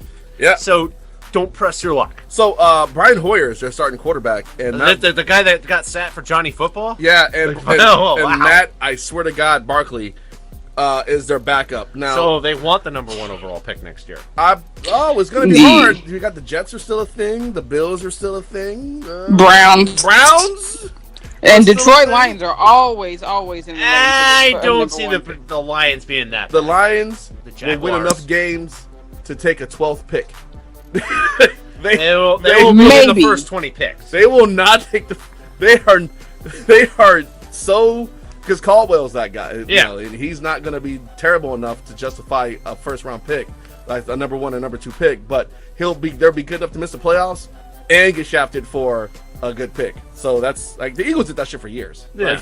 Like, Yeah. Screw that shit, yeah. like we're picking number 25. It's fucking Eagles. God damn it, we can't. At least you don't do what the Patriots do every year and be cute and trade out of the first round for another second rounder. Yeah, why would I trade out of the Why would I take a first round pick when I'm winning the Super Bowl back to back to back? Fuck it. Yeah, man. like we're picking at number 32. Nobody gives a crap. No one gives Right. a trade out of it. Someone wants that pick. Yeah, The Patriots seriously, have it. they'll get another. Belichick loves second rounders, but it's frustrating. Like we've got 2 first rounders, and Belichick traded them. God damn it. Yeah, well, the stadium is in like San Jose, Santa Clara, which is forever away from San Francisco. Yeah. And nobody wants to go to it. Everybody fucking hates it. But Kenny's been to the stadium. Kenny, what was your experience? So I went there for WrestleMania 31 in March of 2015. Don't give me that look, you. What? It was a fun time. Okay. What? I sat in the lower bowl, where the stadium, at the end of the stadium, opens up near the press box, and it's like the sun comes down on you, drills a hole in your head during game times. I could see why people don't want to go there. Yeah, it's But the Wi-Fi is really good. it's Wi-Fi's great from what I hear But you know why? because there's no one there. No. They wanted to attract the Silicon Valley executives. That's They wanted the money. Yeah. I get it. Yeah, It's well, it's not terrible. about money. That's the NFL. No, I get it, but let's be real. Like for They every took that team out of San Francisco. how much money do you think they get from the executive boxes, Vice? Disinterested people who could not Yeah, really like- give a rat's butt about Like this those team. guys are gonna sit there and fucking party. I get it, but They'll drink grass, you're lemongrass. gonna get more money from Joe Dipshit who's gonna come to the game and drink Don't warm outpro- overpriced beer because he's gonna bring 30 of his but buddies. this stadium outprices Joe Dipshit. Yeah. Oh well, that's how you fail. So good job. Oh, also their head coach Right. is Little Shanahan, and he just happened to be part of the biggest collapse in Super Bowl history. Well, I for one am thankful for the fact that he did not run the ball At all. after Julio Jones makes an amazing catch. Oh my God, I fucking hate that guy. He also was part of the Washington team. So he actually... Yeah, he was the one that ran Robert Griffin III's knee into the ground. Yeah. Robert Griffin was... Right. Daniel But Snyder, still, I mean... Daniel Snyder was a big part of that. I'm sorry, Daniel Snyder was part of that. Don Snyder, yeah. Until they can pronounce Right. Kirk Cousins' name correctly, I'm fucking up all their names. Kirk? Kirk. Yeah. Kirk. Oh, it's Kurt. I thought it was Kurt. Kurt. It's just his accent. He's been saying Kirk Cousins for 3 years. He fucking hates that guy. Yeah, they all hate each other. Yeah. And Kirk Cousins is going to be playing somewhere else. So, Kenny, would you like to explain why the Arizona Cardinals blow? Well, see, what's left of AARP members Larry Fitzgerald and Carson Palmer will be your statistical leaders despite missing at least 4 games due to injury. Yep, totally gonna Right. happen. I'm calling it concussion for Palmer, hamstring or ankle for Fitzgerald. Yeah, and then not only that, I mean, Bruce Arians, poor guy, he's literally going to die with the next pick 6. He had like 2 death scares over the last couple of years. Like, Yeah, he was in cancer, hospital, pneumonia. heart. Yeah. He's I'm not sure he should be on the sideline anymore. I think No, he he should have totally retired. The thing is, I like Bruce Arians Yeah. because he's like that cool guy at the barbecue. Yeah. You know, but like he's Right. gonna die. He's gonna Yeah. fucking die. And then not only that, but they are the proud owners of the longest championship drought in North American professional sports today with a 70-year drought. That's insane. Yeah, That's, well, That's it took the Cubs tragic. winning the World Series to get them there, but the but Cubs were in triple digits, weren't they? they were 108, That's ridiculous. Did the Red Sox make triple digits? 84. No, excuse me, 86. It was 2004. Well, see this. And good God, did I cry like This a is baby This that is night. this is why we keep the I joke will around. admit He has this shit like ready. Bam, bam, bam. Well, but not only that, the Red Sox are my team. Yeah, I know. And it was a personal moment of catharsis when Catharsis, that happened. yeah. And it was also another personal moment of catharsis when the Cubs won the World Series, because a lot of the people who were the architects of the Red Sox 04 team were on that team. You know what's funny is that the Cubs won the World Series and they became the intolerable pink hat sons of bitches that everybody hates. Yeah, well, no, and trust me, like the night that they won the World Series, it was find a Cubs fan and hug them and just hug it out. It's 'cause okay. It was amazing. It's okay, Cubs It was fans. a great moment for everybody, and I Okay. empathized. I was gonna hug somebody regardless of who won Game 7. Okay. Because like the Indians or the Cubs, somebody was going to end one of the longest curses in baseball. Well, But yeah. and when the Cardinals finally win a championship, not likely. I will do that for them too. I won't. Fuck that team. Hey, So- you know. Yeah, I don't even know if I they can have roll like that. the base where people care as much. I've though. met they, like I mean, two Cardinals fans in my life. Oh, once they moved out of St. Louis in the '80s, I've still only met 2 Cardinals fans. I've one met a gives few. shit yeah, about them. not that many people really care that much. I Like, think the people, only- it's you know, an apathetic outside of Phoenix thing. The only fan base more elusive than the Cardinals is the Jaguars. The Jaguar. The Jaguars. Yeah, that's the only team that has like. well, and the Jaguars at least make sense because they were, sort of added on a little Yeah, bit the later than youngins the of rest the of the team. NFL, them and Yeah. the Texans. So hey, do you know any Jaguars fans, Gianni? I don't. I can't name one. I can't name a player on the team. I don't. Who? Blake I don't- Bortles. Ugh. Oh, there you go. Yeah. Kenny, do you know any Jags fans? I do not personally know any Jags fans besides Shad Khan. I But he owns the team. But do you know him? I don't know him. Okay. I know of him. I know a guy. So technically, what you're saying is he doesn't really count because you sort of know a guy that knows a guy, but not. I know that he exists and he owns the team and that he's probably a fan of his own team. Exactly. Probably. We can guess. Maybe. Hey, he's also talking about signing Kaepernick too. Yeah, well, look at the dumpster fire he's well, Yeah, anything's better than Blake Bortles. That is a true statement. Yes. Yes. yeah. That is a true statement. All right. I mean, And now- your name sounds like a beer. It doesn't sound like a quarterback. It He just lives in a doesn't. bar apparently. Like this guy's an alcoholic. He's wow. he's like 25 and looks like he's 40. Wow. It's in bad shape. Like God. Blake Bortles may actually have a problem. Like, Uh, I feel bad. Can it be worse than Johnny Manziel though? It can't be worse than Johnny No. Manziel. no, because that he's man not looks getting like he arrested. lives in a whiskey bottle. No. See, Yeah. the difference is Blake Bortles is one of those guys that you see him in the bar, he's drinking a lot, he's chilling, then he goes home and he goes to sleep. He's not like snorting coke off somebody's tits. That's Johnny Manziel. Johnny Manziel is a Right. guy, bumping coke in the bathroom and standing on the bar doing dumb shit. Like he was out of control. Blake Bortles is a bit more reserved with his alcoholism, so it gets a pass. Yeah, I guess. Just Okay. saying. So Seattle, let me tell you why they suck. Well, actually, no. Let's roll the tape. Roll the fucking tape. Play clock at 5. Pass is intercepted at the goal line by Malcolm Butler. Butler. Unreal. Malcolm Butler, who almost made the phenomenal play that wound up in Percy's arms. There are flags on the field for a celebration. Amazing. Butler, a rookie free agent out of West Alabama.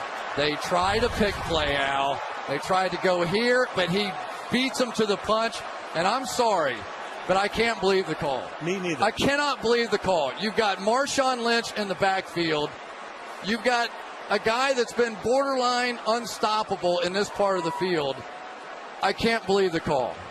And that's why they fucking suck right there. I mean, seriously. That's why they fucking suck. I don't know. Well, yeah, from an outside perspective, I can see why. You have a punishing, bruising, prolific running back sitting in the backfield, ready to win you a Super Bowl. All you need is 1 yard. Belichick is playing chicken and letting you run the clock down because, well, he thinks his defense can stop you. And they do. Yeah, Because and not only that, but it gave me a chance to say a line I've been parroting since 1997 when Pete Carroll was hired by the coach as the coach of the Patriots. Pete Carroll's going to win the Super Bowl someday. Oh, my God, he did.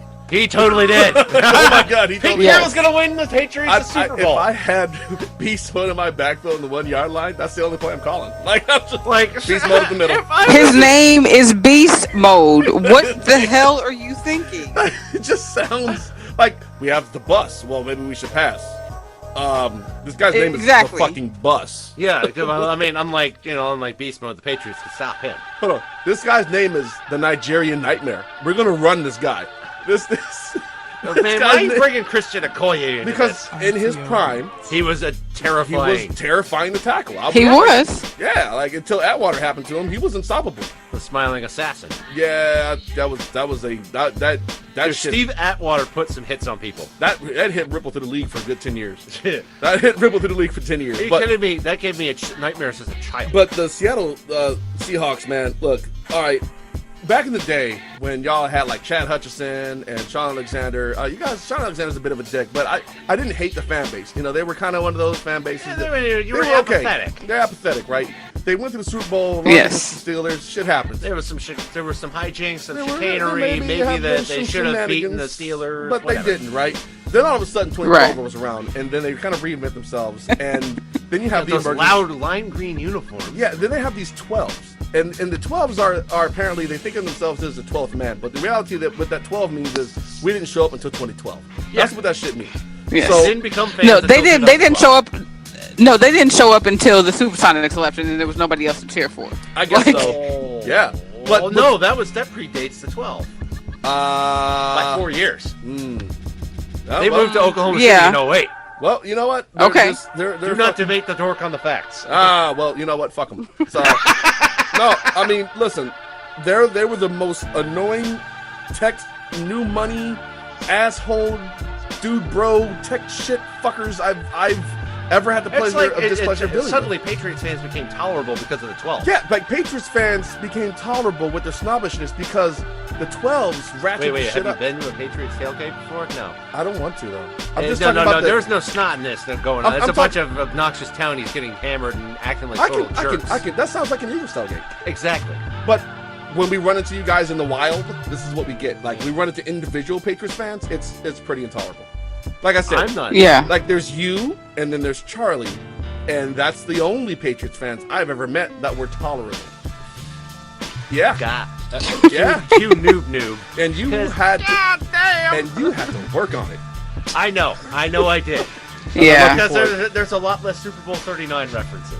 And I appreciate that. Yeah, well, I mean, about that Eclipse joke I shared with that you. was pretty fucking good. That was pretty savage. That was pretty savage. But yeah, look, fucking 12s are annoying as shit. They showed up. They're snotty. They're unnecessarily arrogant. They're new money. They're new money people. And they don't know anything about the team's and the thing is about it, they claim to be diehard fans, but they don't actually know anything about their team. They're literally the epitome of nothing.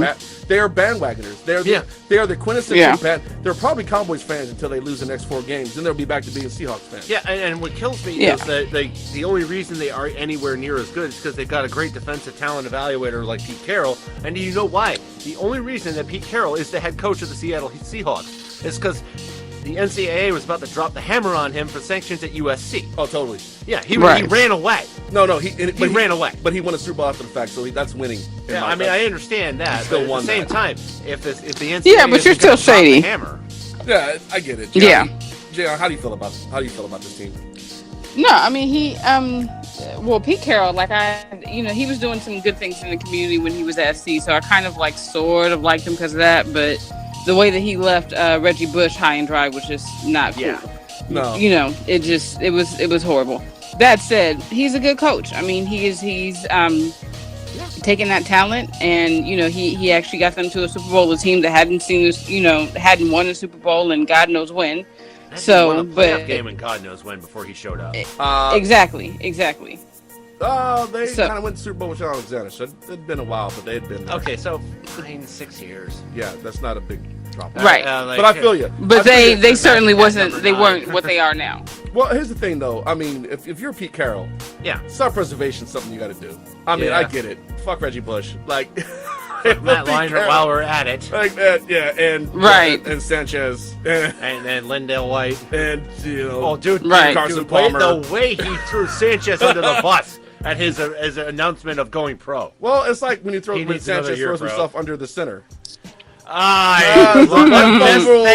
Best Thanksgiving ever. One fumble reference. All right, so dude, Russell Wilson's like the Taylor Swift of NFL players. He sure is. God damn, he's a cornball. He's a Carlton. He's a Carlton Banks. No. I I can't do because I've met Alfonso Ribeiro. He's a cool dude. Now, Taylor Swift No, we're is talking about the Carlton a Banks, brand character. zombie. No, she's a brand zombie. Like, she's more concerned with her brand than literally anything else. Okay. To me, that's what Russell Wilson is. Like, Carlton Banks was about just being a nerd, but Yeah. this motherfucker here he's so like blatantly, transparently corny. Yeah. Go Hawks. Right, like Go Hawks! It's not to say he's a bad dude. Like, I wouldn't necessarily, like, if he was at the cookout, I wouldn't tell him to get out. If my kids were there, I wouldn't be worried about him. He's not a bad guy. He's just corny as fuck. Right? He's what's the word I'm looking for? A word that kind of like dishonest. Shit. All of a sudden, my vocabulary is failing me here. Damn it. I know, Well- I have the word for this. Like, because Cam Newton is similar. Like, you look at Cam Newton, you're like, disingenuous. disingenuous. Thank you. See, Cam Yes. Newton. Yeah, Russell Wilson's disingenuous, which is what Like, bothers yeah. me. Like, I want to see Russell Wilson just do Russell Wilson. I don't want Well, to he see has everybody- a Russell Wilson. representative. He has a representative. Yeah. Pretty much like a lot of other players that he cares about his image. He does. You know, he does. his I just- endorsements and all of that. What's funny is, I wish he would do some beast mode shit. That's what I want to see from him. Yeah. I want to see some, like, because McNabb got a lot of hate in Philly because he was similar. Yeah. McNabb never strayed from the Right. company line, so Philadelphia could never embrace him. But Russell Wilson. But that's who Donovan McNabb was. This is a little bit different. Yeah, but like It's like we don't even know who Russell Wilson is. Like, Russell Wilson has a concussion, Right. and Russell Wilson's like, I got over my concussion because I'm drinking this water. Yeah. Fucking holds up the bottle in the press conference. With the You're brand like, name. Like, why are you Special plugging this Gatorade. shit, dude? This is fucking about the game. Like, why are you plugging this shit? Like, he's a fucking This guy, ad-hole. right? It's Yeah. terrible. But he's corny. Like I say, fucking Russell Wilson. Look, great quarterback, great athlete. He's got Super Bowl under his belt. Been to another one. But the bottom line through is the dumbest interception in Super through the Bowl dumbest interception ever. But he's going to Thank die. you. He's Yes. going to die behind that offensive line. The Seahawks have yet to address that offensive line. Don't they have a Okung right now? Yeah. I want to say they have Okung. They might have cut him. Russell Okung is terrible. But For as good as he Well, is, I mean, the thing. Go ahead. yeah, Sorry. go ahead. no, for as good as he is, they don't give him a lot of favors with the offensive line. No. Like, if he No, they loses- don't. No, and they're doing himself a disservice because at some point someone's going to catch his ass and really fuck him up. Like someone like Khalil Mack is just This going to is come true. off the edge and Yeah. smoke This is his true. ass. And it's going to be Von game over. Miller. The- Yeah, yeah. go for it. The good thing is though that they have the Legion of Boom though, so they still have those guys that But are how still. much longer? I mean, you got to wonder. Like, Yeah, they're this is beginning true. to outprice themselves. There. Well, they're falling apart. Cam Chancellor's having issues, so I mean, they're all. Sherman, and- Sherman is kind of had a tiffy. Well, Well, Sherman's and- going to show up. Sherman's always going to show up. yeah. But Well, no, safety- my big thing with the Legion of Boom is they're getting too expensive to hang on to. they are, and they're falling apart. Right. They're Right. falling apart. So Like Earl Campbell's had injuries, Cam Chancellor's had injuries. Fuck it, last year. Earl Thomas. Last year, Cam Chancellor got ran over by Ezekiel Elliott. So folks are like, Right. like shit's happening. Like these guys are they're getting found out. So at some point, that core is going to fall apart. The mystique behind the Legion of Boom is disappearing. It's fading. They're still a good defense, but they're not the dominant defense they were a couple of years ago. No. Like Aaron Rodgers. They're not the Once defense Tom Brady took that them ran apart. over Denver. That's like. I was shocked at how easily they destroyed Denver in Super Bowl 48. It was one of those things where they were so Not overwhelming. that I didn't enjoy every second of it. No, they were so overwhelming for a good long period, but at some point it has to come to an end. Yeah, You know, I mean, every era comes to an end. we remember Green Bay and Philadelphia Reggie White. We don't remember Carolina Reggie White No. because that's not a good time for him. We remember L.A. and Pittsburgh Steelers Kevin Green. We do not want to remember Carolina Panthers Kevin Green. No, we don't want to remember that. You know, we don't remember Deion Because Sanders. he was better. He was a better professional wrestler than he was a defensive We tackle. remember Atlanta, San Francisco, and Dallas Barry Sanders, not Baltimore Ravens. Deion Sanders. or Washington. Right. Professional football team. Yes, almost. Almost, fucker. So, all right, as always, where there's hate, there's hope. Right? Wade Phillips is in L.A., and he's A hell of a DC. defensive coordinator. The fact they let him walk from Like, why did Denver let him go? because Denver's dumb and doesn't want to win anymore. Obviously, Because I thought John Elway was smarter than that. I did too. I think he's sold everyone Maybe. on that because he gambled a couple times and won, but I don't think Elway's all that great.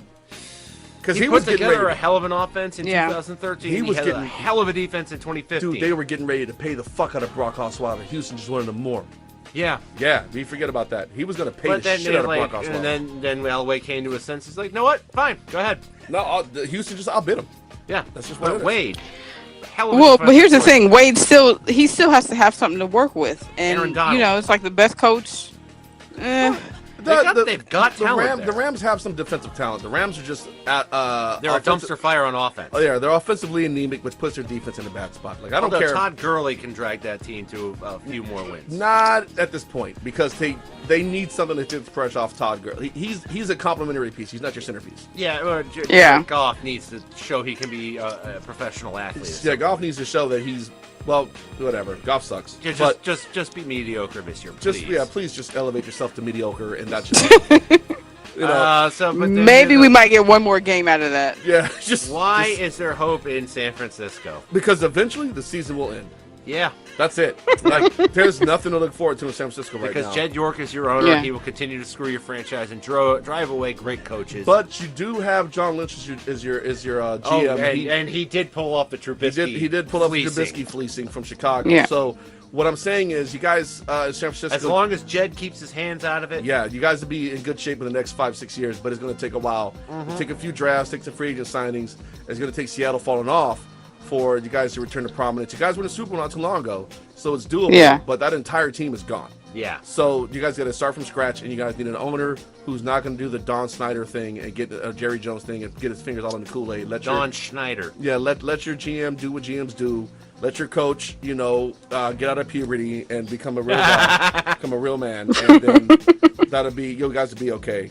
I'm sorry, that's How about no. actually get a playbook? How about actually get a playbook? Oh yeah, That could help. Yeah. Instead of using Ask Madden. yeah. Well, Right. that was the Rams. I'm sorry, that was the Rams. But no, Yeah. they have Shanahan, Oh. little baby Shanahan, in San Francisco. Yeah. Well, they're going to get Cousins next year. So do that next year to look Yeah, forward there's to when, hope, too. when Washington fucks up the Kirk Cousins negotiation again and he walks to L.A. or San Francisco, you have that. So he's going to one Yeah. of those two places. Hey, why does Arizona have hope? Because you have a Hall of Famer in Fitzgerald, and I'm sure Bruce Arians' funeral will be beautiful. Because he's going to... Oh, That's so wrong. Listen! that is so morbid. The guy's had like 2 or 3 death scares over the last couple of years. Like, if there's ever a sign that Well, you need not to only that. All fucking right, but stop... let's be positive here. David Johnson is a talented running back. Dog, he's arguably the best. Yes, Arguably the Yeah. best running back. But... one of the best in the game. Bruce Arians, his whole thing is he's an offensive mastermind. But you need him on the sideline. And if he's busy dying, he's not on the sideline. And I don't know who's behind him. So someone as awesome as Johnson could be wasted with a lack of guidance or scheming from a coach. But Yeah. but he's a monster. Like look, Bruce Arians, his funeral will be the most beautiful funeral. It'd be tremendous. There's going to be Kango hats for everyone at the funeral. Yes, there are. Oh my God. This guy. God, the guy is like the coolest uncle at the barbecue. I'm sorry. I know. Yes. I would chill with Arians. I would chill with Bruce Arians. I just I would have to chill with him though, because if we do anything, with any inertia behind it, he might die, and I don't want that to happen. It's not weekend at We don't Bernie's. want to stress him What's our out. hope Yeah. in Seattle? It's not weekend at Bernie's here. So Seattle, if they're still very much a team you got to account for. They're not totally falling apart. Jimmy Graham's still there. Russell Wilson's still there.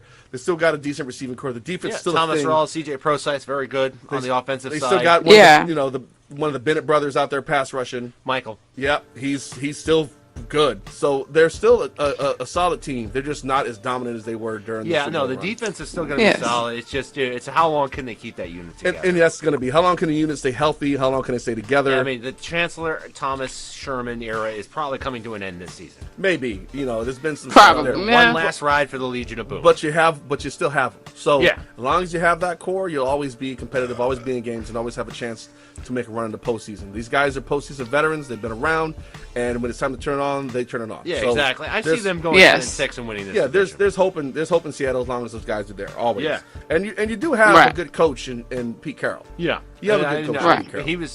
He hasn't had he had one losing record, and in that year that he had that losing record as a professional coach, actually he's had two. Excuse me, but one of those years he won a division title. That's 7-9 in 2010. You can hear D3 laughing in the background.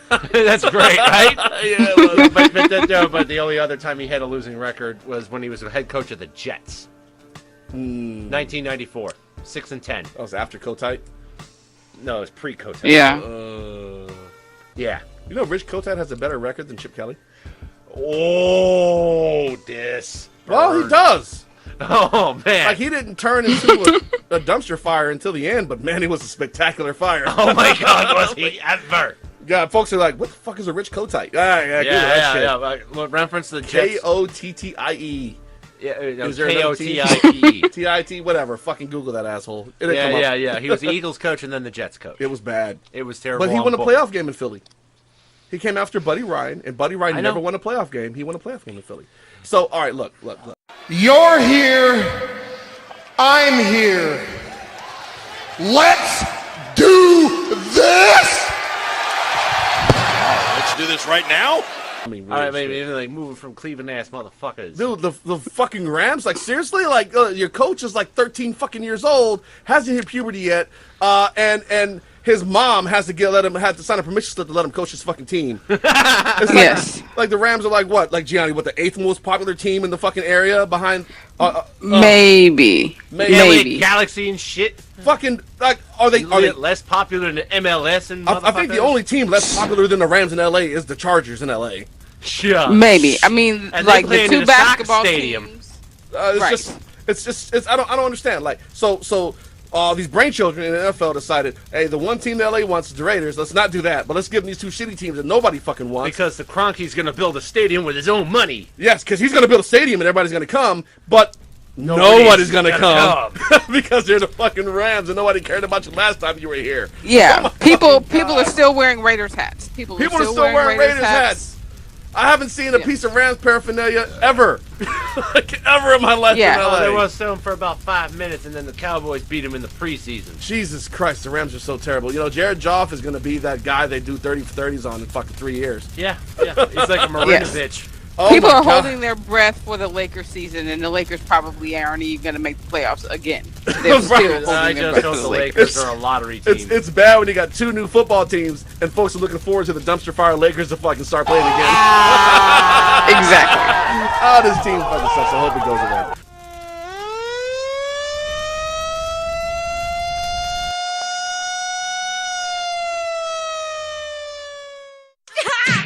Stop! He's already dead. 1, 2, 3.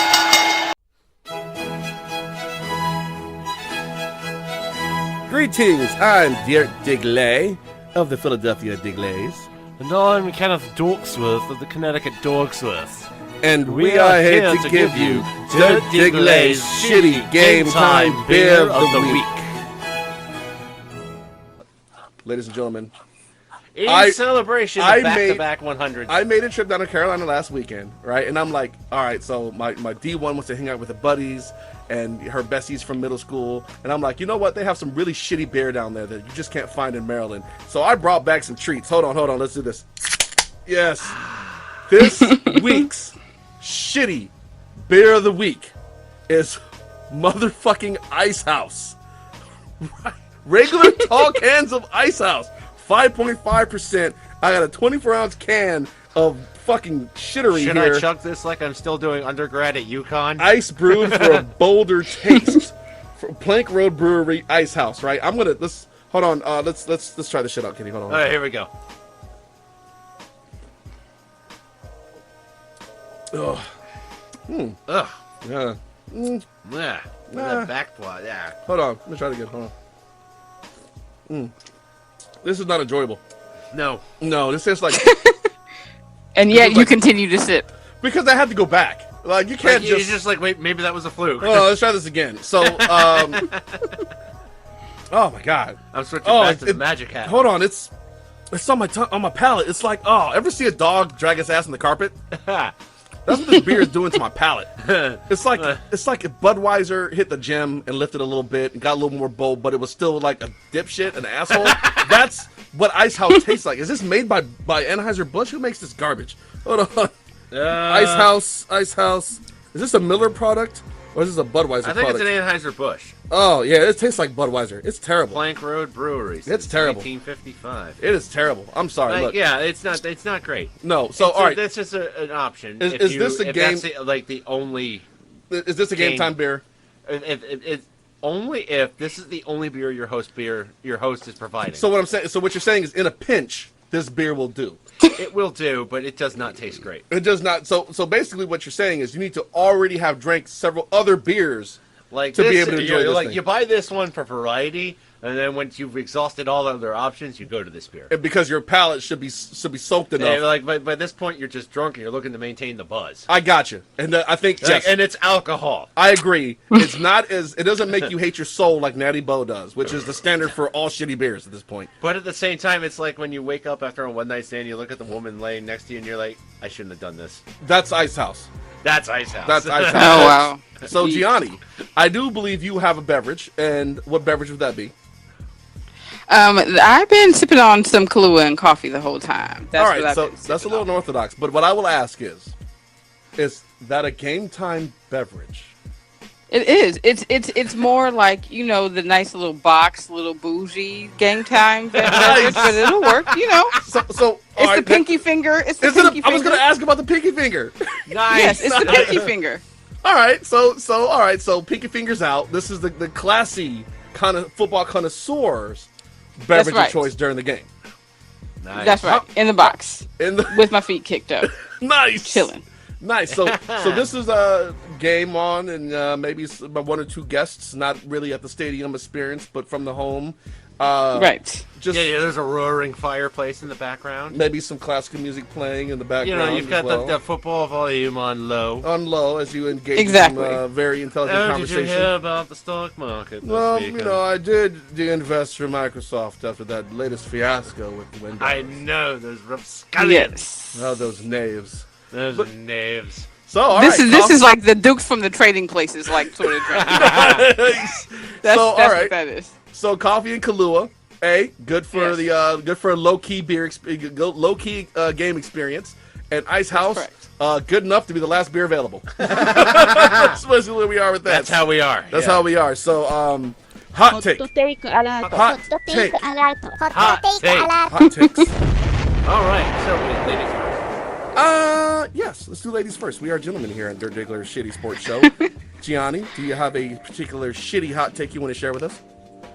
So, I think my hot take is that Cap is still waiting on the job, and I think that he should go to the Chiefs, and maybe let's see if he can take Alex Smith's job again for the second time. Because that's what happened in San Francisco was Alex Smith Yes. went down, Kaepernick showed up, and we never saw Alex Smith again. Well, I mean, we did. He was just in a different shade of red. Oh, he was. He was. He was. And he's just as mediocre as ever. mediocre as he was then. Yep. Yes. All right, so my shitty hot take, as a basketball hot take, right? The young 76ers will take the Atlantic Division this year with a young, unproven core. I'm calling it. I'm going to call it. The Sixers take the Celtics the division. would like a word, bruh. Well, I'm calling it. Like, I think I think the little Feds group that they call themselves are gonna make a bit of a. Hey, you're allowed your shitty hot take, and I'm allowed mine. That's the shitty take. Mine's shittier. What's your shitty take? Edelman will be back for the playoffs, and he's going to win Super Bowl MVP. That is fucking insane. This is why you love me, though. It's so not gonna happen, man. It's going to happen. Nah, bruh.